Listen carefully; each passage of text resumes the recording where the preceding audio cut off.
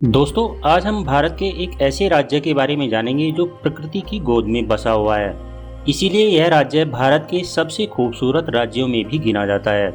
साथ ही इस राज्य का वातावरण लोगों के रहने व घूमने के लिए काफ़ी अच्छा होता है।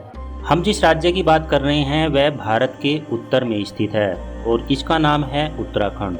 तो आइए जानते हैं उत्तराखंड से जुड़े अमेजिंग फैक्ट्स। दोस्तों, सन 2000 से 2006 तक यह उत्तरांचल के नाम से जाना जाता था, जिसका निर्माण 9 नवंबर 2000 को कई वर्षों के आंदोलन के पश्चात भारत के 27वें राज्य के रूप में किया गया था। जनवरी 2007 में स्थानीय लोगों की भावनाओं को ध्यान में रखते हुए इस राज्य का नाम बदलकर उत्तराखंड कर दिया गया था। दोस्तों, इस राज्य की सीमाएं उत्तर में तिब्बत और पूर्व में नेपाल से लगती हैं। साथ ही पश्चिम में हिमाचल प्रदेश और दक्षिण में उत्तर प्रदेश इसकी सीमा से लगे हुए राज्य हैं। वहीं सन 2000 में अपने गठन से पूर्व यह उत्तर प्रदेश का एक भाग था। पारंपरिक हिंदू ग्रंथों और प्राचीन साहित्यों में इस जगह का उल्लेख उत्तराखंड के रूप में किया गया है। हिंदी व संस्कृत में उत्तराखंड का मतलब होता है उत्तरी अक्षेत्र या भाग। दोस्तों, क्या आपको पता है कि हिंदू धर्म की सबसे पवित्रतम और भारत की सबसे बड़ी नदियों में से एक गंगा और यमुना के उद्गम स्थल गंगोत्री और यमुनोत्री हैं।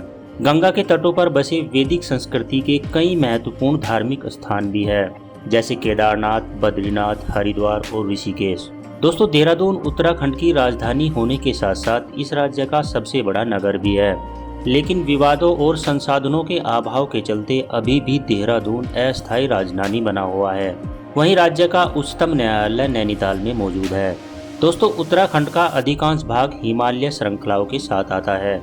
उत्तराखंड हिमालय श्रृंखला के दक्षिणी ढलान पर होने के कारण यहाँ मौसम और वनस्पति में ऊंचाई के साथ साथ बहुत परिवर्तन होता है और निचली सतह के अधिकांश भाग को खेती के लिए साफ कर दिया गया है। दोस्तों, भारत के प्रमुख राष्ट्रीय उद्यान इसी राज्य में हैं, जैसे जिम कॉर्बेट राष्ट्रीय उद्यान। यह भारत का सबसे पुराना राष्ट्रीय उद्यान है। फूलों की घाटी राष्ट्रीय उद्यान जो रामनगर नैनीताल में मौजूद है, और नंदा देवी राष्ट्रीय उद्यान जो चमोली जिले में आता है। साथ ही राज्य की प्रमुख झीलों में गौरीकुंड, रूटकुंड, नदीकुंड, सहस्त्रताल, मासरताल, नैनीताल, भीमताल और भी कई सारी झीलें आती हैं। उत्तराखंड में मौसम दो भागों में विभाजित है, जिसमें पहला पर्वतीय और दूसरा समतलीय मौसम, यानी कि या तो बहुत ज़्यादा ठंड या हल्की ठंड। दोस्तों, इन सभी चीज़ों के चलते इस राज्य में हर साल काफ़ी संख्या में बाहर के देशों से और भारत के अलग अलग राज्यों से पर्यटक घूमने आते हैं और यहाँ के सौंदर्य का भरपूर आनंद भी लेते हैं। इस राज्य की सरकार पर्यटन पर खास ध्यान रखती है, जिसके चलते यहाँ पर हर साल टूरिस्टों की संख्या बढ़ती ही जा रही है, जो यहाँ के मूल निवासियों के लिए काफ़ी अच्छी बात है। दोस्तों, उत्तराखंड की दो राजभाषाएं हैं, जिनमें पहली हिंदी और दूसरी संस्कृत है। इसके अलावा उत्तराखंड में बोलचाल की प्रमुख भाषाएं ब्रजभाषा, गढ़वाली और कुमाऊनी है। वहीं इस राज्य के प्रमुख नगर देहरादून, हरिद्वार, हल्द्वानी, रुद्रपुर, काशीपुर, रुड़की, ऋषिकेश, रामनगर और पिथौरागढ़ शहर हैं, जहां अधिक जनसंख्या के साथ साथ अनेकों घूमने के स्थान भी हैं। उत्तराखंड में चूना पत्थर, पोलीमाइट, मैग्नेसाइट, तांबा, ग्रेफाइट और जिप्सम आदि का बड़ा भंडार मौजूद है। इस राज्य में आपको दूध की तरह बहते झरने भी देखने को मिलेंगे। दोस्तों, उत्तराखंड जिसे देवभूमि के नाम से भी जाना जाता है, और हिंदू धर्म के यहाँ पर कुछ पवित्र तीर्थ स्थान भी मौजूद हैं, जहाँ हजारों सालों से भी ज़्यादा समय से तीर्थयात्री मोक्ष और पाप शुद्धिकरण की खोज में यहाँ पर आते रहे हैं। उत्तराखंड के हरिद्वार में प्रति 12 वर्ष में कुंभ के मेले का आयोजन किया जाता है, जिसमें देश विदेश से आए करोड़ों श्रद्धालु भाग लेते हैं।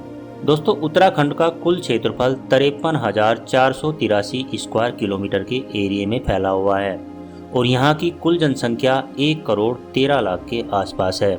दोस्तों, अगर आप भारत में कहीं घूमने का प्लान बना रहे हैं तो उत्तराखंड को जरूर विजिट कीजिएगा, क्योंकि इससे खूबसूरत जगह प्रकृति के रूप में आपको शायद ही किसी और राज्य में देखने को मिले। तो दोस्तों, ये था उत्तराखंड। वीडियो अगर आपको अच्छी लगी है तो वीडियो को लाइक करें, दोस्तों के साथ शेयर करें और हमारे चैनल को सब्सक्राइब जरूर कर दें। धन्यवाद।